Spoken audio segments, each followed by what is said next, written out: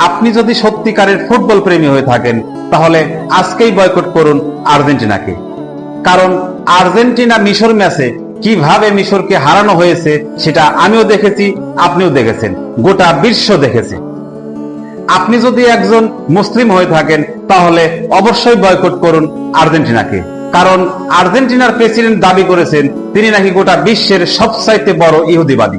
তাই আমি একজন মুসলিম হয়ে একজন ইহুদিকে কখনোই সাপোর্ট করতে পারি না। আজকে থেকে বয়কট আর্জেন্টিনা। আপনি যদি সত্যিকারের ফুটবল প্রেমী হয়ে থাকেন তাহলে আজকেই বয়কট করুন আর্জেন্টিনাকে। কারণ আর্জেন্টিনা মিশর ম্যাচে কিভাবে মিশরকে হারানো হয়েছে সেটা আমিও দেখেছি, আপনিও দেখেছেন, গোটা বিশ্ব দেখেছে।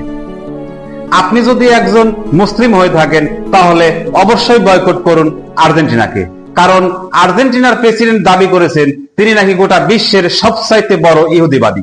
তাই আমি একজন মুসলিম হয়ে একজন ইহুদিকে কখনোই সাপোর্ট করতে পারি না। আজকে থেকে বয়কট আর্জেন্টিনা।